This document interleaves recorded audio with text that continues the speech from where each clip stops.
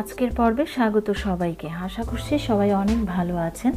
আজকের রেসিপি গুঁড়া পেঁয়াজু। বিভিন্ন মেলা বা গ্রামের বাজারে হরহামেশা এই পেঁয়াজুগুলো বিক্রি করা হয়। কোনো স্পেশাল দিন নয়, প্রতিদিনই সকাল বিকাল তারা এই পেঁয়াজুগুলো বিক্রি করে। ঠিক তেমনই আমাদের গ্রামের বাজারেও এটা পাওয়া যায়। আমি ছোটোবেলায় অনেক খেতাম এবং এখনও আমি গেলে এটা খেতে মিস করি না। আর এই পেঁয়াজুটা বানানো হয় সম্পূর্ণ বেসন দিয়ে, তাই ডাল বাটার ঝামেলা একেবারেই নেই। এটা বানানো ভীষণ সহজ আর স্বাদে 16 আনা। আশা করছি আজকের রেসিপিটি আপনাদের ভালো লাগবে। ভালো লাগলে একটা লাইক দিন আর সাবস্ক্রাইব করে আমাকে সাপোর্ট করুন। তো কথা না বাড়িয়ে চলুন শুরু করা যাক। পেঁয়াজু বানানোর জন্য প্রথমে আমি পেঁয়াজটা কীভাবে কাটতে হবে সেটা একটু দেখিয়ে দিচ্ছি। পেঁয়াজটাকে এভাবে স্লাইস করে কেটে এভাবে করে নিতে হবে। খুব বেশি মোটাও না, আবার খুব বেশি পাতলাও না। আর সাথে কাঁচামরিচ এভাবে একটু পাতলা করে কুচি করে কেটে নিতে হবে, এতে করে মুখে পড়লে ঝালটা খুব বেশি লাগবে না। এবারে আমি একটা গামলার মধ্যে 1 বাটি পেঁয়াজ নিয়ে নিচ্ছি আর ঝালটা আমি এখানে নিয়ে নিচ্ছি স্বাদ মতো। কাঁচামরিচের ঝালটা আপনাদের স্বাদ অনুযায়ী এখানে নিয়ে নেবেন। দিচ্ছি লবণ স্বাদ মতো। পেঁয়াজ, মরিচ আর লবণ দিয়ে খুব ভালো করে হাত দিয়ে একটু মেখে নিতে হবে, একটু চেপে চেপে মেখে নিতে হবে, এতে করে ঝালের ফ্লেভারটা পেঁয়াজের মধ্যে আসবে আর পেঁয়াজ থেকে কিছুটা রস বের হবে। আর এই পেঁয়াজ থেকে যে জলটা বের হবে সেটা দিয়েই পেঁয়াজের ব্যাটারটা তৈরি হবে। এখানে আলাদা করে কোনো জল ব্যবহার করতে হবে না। এই যে দেখুন, পেঁয়াজ থেকে কিন্তু বেশ খানিকটা জল বেরিয়েছে। আর যেহেতু বেসন দিয়ে করব, আমি এখানে 1 কাপ বেসন নিয়ে নিয়েছি। আর বেসনের পরিমাণটা এখানে নির্দিষ্ট করে ঠিক বলা যাবে না। প্রথমে 1/2 কাপ বেসন দিয়ে একটু হাত দিয়ে মেখে নিতে হবে। আর এখানে ব্যাটারটা একটা আঠালো ব্যাটার তৈরি হবে পেঁয়াজুর জন্য। আর এখানে আমি দিয়ে দিচ্ছি বাকি অর্ধেক বেসনও।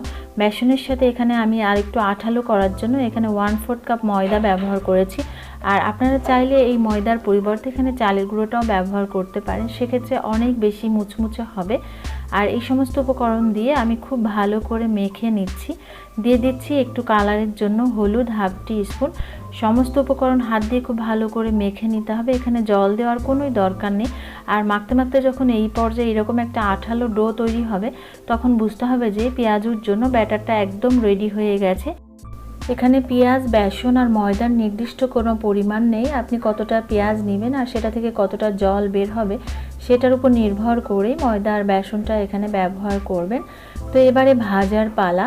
আমি তেলটা গরম হয়ে গেছে আর খুব ভালো করে তেলটা গরম করে নিয়েছি। এরপর চুলার আঁচটা লোতে রেখে পেঁয়াজগুলো একটু একটু করে ছেড়ে দিচ্ছি। হাতের মধ্যে একটু বেশি পরিমাণে ব্যাটার নিয়ে এরপরে একটু একটু করে ছেড়ে দিচ্ছি। যেহেতু দোকানের মামারা অনেক দ্রুত এই কাজটি করতো, তো আমিও তো এক্সপার্ট নই, তাই আস্তে আস্তে আমি অল্প করে ছেড়ে দিচ্ছি। আর যখন নিচের একদিকটা কালার বদলে যাবে ঠিক তখন এগুলোকে উল্টে দিতে হবে। আর একটু সময় নিয়ে এটাকে ভাজার চেষ্টা করবেন, কারণ সময় নিয়ে ভাজলে এটা অনেক বেশি মুচমুচে হবে আর অনেকটা সময় এটা মুচমুচে ভাব থাকবে। 2 পাশ যখন লাল করে ভাজা হয়ে যাবে ঠিক তখনই তেলটা ছেঁকে তুলে নেবেন। খুব বেশি নাড়াচাড়া করার কোনো দরকার করে না, একটু সময় নিয়ে এভাবে লাল করে ভেজে তুলে নিতে হবে। আর এতে করে পেঁয়াজুটা কিন্তু অনেকটা সময় মুচমুচে থাকে। যদি হেভি বটমের পাত্রে পেঁয়াজুগুলো ভাজেন সেক্ষেত্রে চুলার আঁচটা মিডিয়াম টু লোতে নিয়ে ভাজবেন। আর যেহেতু আমার প্যানটি হেভি বটম নয়, সেক্ষেত্রে আমি একেবারে লো আছে পেঁয়াজুগুলো ভেজে তুলে নিচ্ছি। আর একই রকমভাবে পরবর্তী ব্যাচের পেঁয়াজুগুলো ভেজে তুলে নেব। আওয়াজটা শুনে বুঝতে পারছেন যে কতটা মুচমুচে হয়েছে। আর এইরকমভাবে যদি আলগা করে 1 ঘন্টাও রেখে দেন সেক্ষেত্রে এগুলা কিন্তু এতটাই মুচমুচে থাকে, এটা এতটাই মুচমুচে আর ভেতরটা একটু নরম। আর গুঁড়ো পেঁয়াজি বিশেষত্ব হচ্ছে যে এই রকমভাবে দোকানে মামারা একটা কাগজের মধ্যে দিয়ে ওপর থেকে একটু বিট নুন আর মরিচের গুঁড়ো ছড়িয়ে দিয়ে, আর এটা খেতে কিন্তু অনেক বেশি মজার। আওয়াজটা শুনে নিশ্চয়ই জিভে জল চলে আসছে, তাহলে এক্ষুনি দেরি না করে ট্রাই করুন। আর কেমন হয়েছে আমাকে কমেন্ট করে জানান। আর সাবস্ক্রাইব করতে ভুলবেন না, কারণ আপনাদের লাইক, কমেন্ট, শেয়ার, সাবস্ক্রাইব আমাকে অনেক বেশি আনন্দিত করে। সবাই খুব ভালো থাকবেন। Thank you so much.